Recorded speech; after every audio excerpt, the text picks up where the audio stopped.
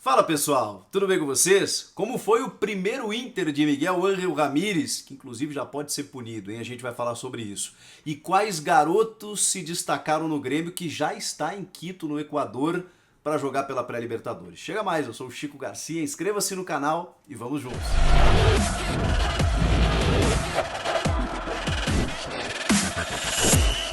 Vamos falar sobre a dupla Grenal. O Inter começou a era Miguel Ángel Ramírez, que ainda não estreou oficialmente, mas vamos combinar que praticamente, né?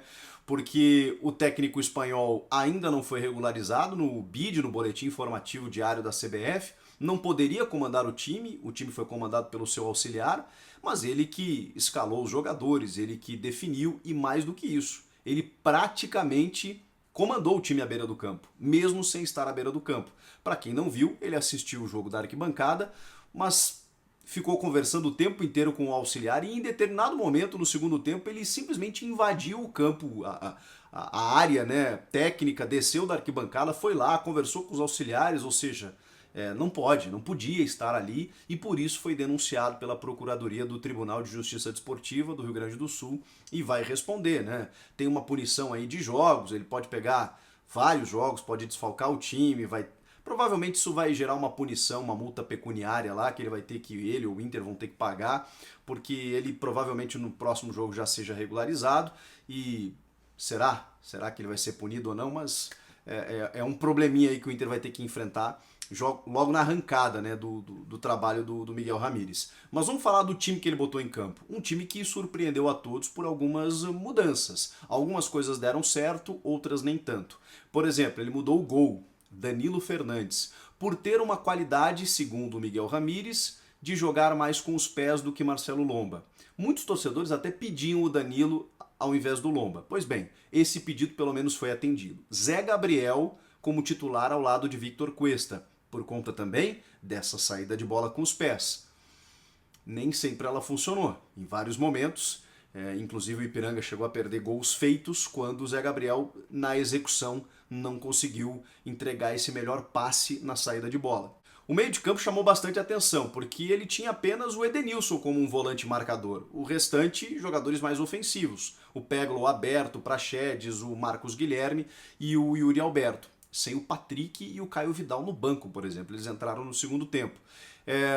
E com isso, essa saída de bola ela ficou muito prejudicada.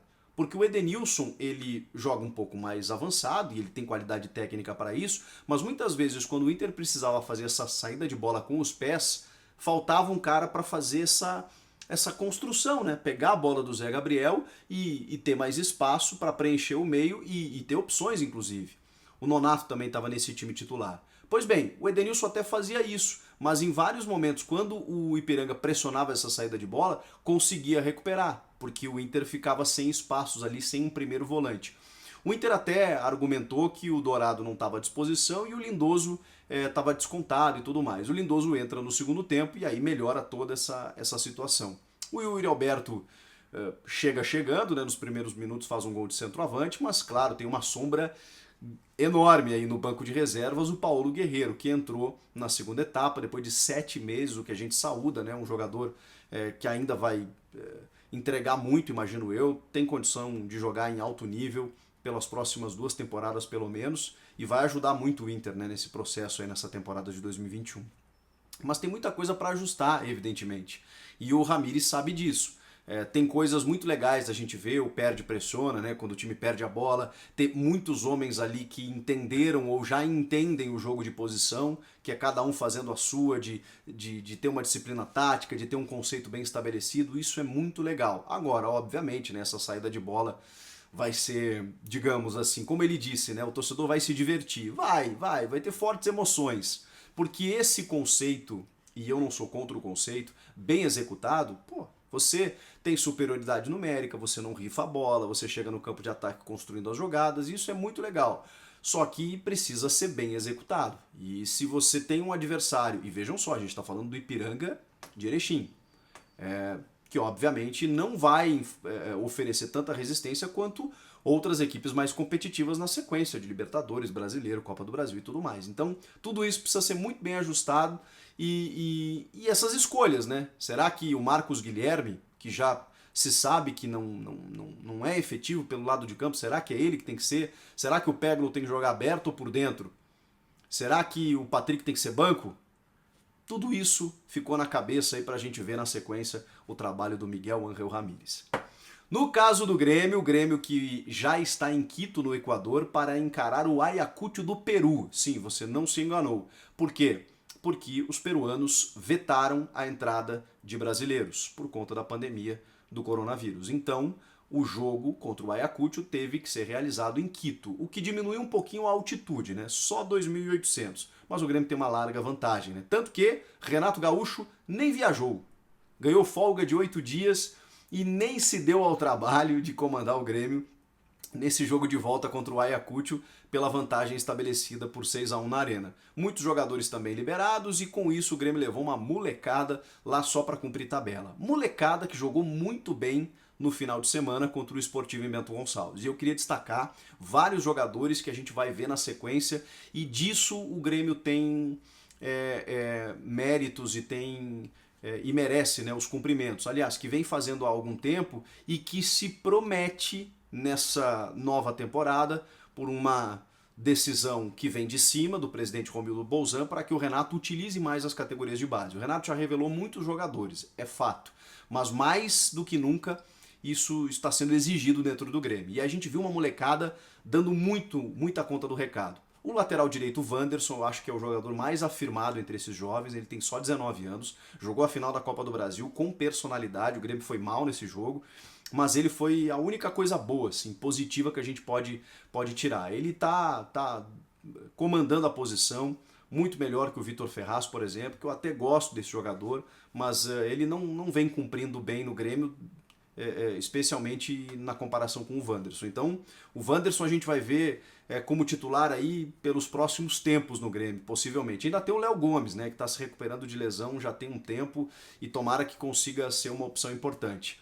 Surgiu uma informação aí do Rafinha, mas o Rafinha tá para acertar com o Flamengo.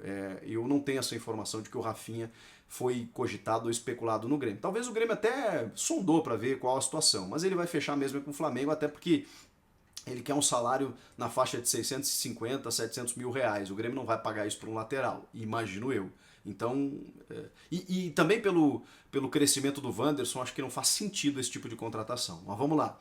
Outros garotos. O goleiro, né? O goleiro Breno, que tem 21 anos apenas e que a torcida quer muito, pedia muito e finalmente teve a oportunidade, tomara que tenha sequência, vai jogar contra o Ayacucho e é isso que tem que fazer. Porque os dois titulares, ditos titulares, já não são afirmações, né? Nem o Paulo Vitor nem o Vanderlei. O Grêmio tem que procurar um goleiro mais afirmado, mais um nome que chegue para vestir a camisa e não tenha contestação. Mas o Breno, né, um goleiro da base, o Grêmio historicamente sempre revelou bons goleiros, né? Haja vista Danley e Marcelo Groy, então que se aposte no Breno também, sem querer meter pressão no Breno, né, com essas comparações, mas que se valorize, que dê chance, enfim, deixe ele jogar. E ele foi bem contra o Sportivo, foi muito seguro, gostei dele. O Lucas Araújo, ele entrou no segundo tempo, deu um passe para o Léo Pereira sofrer o pênalti, fez o gol de pênalti, um moleque que se fala há algum tempo já, muito bacana de ver o crescimento dele. Tem o Gui Azevedo, que já vem entrando, tem o próprio Léo Pereira, que sofreu o pênalti. Vejam que a gente está citando vários garotos que estão sendo aproveitados, alguns que inclusive vão jogar contra o Ayacucho também. O Léo Chu, né? O Léo Chu que na verdade jogou muito bem pelo Ceará na temporada passada e que estreou pelo Grêmio nesse jogo contra o Sportivo, porque ele começa na base, né? Vai emprestado para ganhar aquela rodagem e tudo mais, vai bem num time de Série A, o Grêmio resgata e aí começa a botar no seu time titular. Isso acontece muito. Que tenha mais sequência. O Grêmio precisa de um ponta, precisa de um jogador pelo lado do campo e tomara que ele aproveite a oportunidade. Então, o Grêmio vai cumprir tabela contra o Ayacucho, sem Renato, com o Alexandre Mendes, o seu auxiliar, e apostando nessa juventude aí para ter jogadores a serem aproveitados na sequência no time de cima. Legal, né? Bacana. Comenta aqui embaixo o que vocês acharam dessas notícias da dupla Grenal, análises e tudo mais. Inscreva-se no canal e eu volto na próxima. Tchau!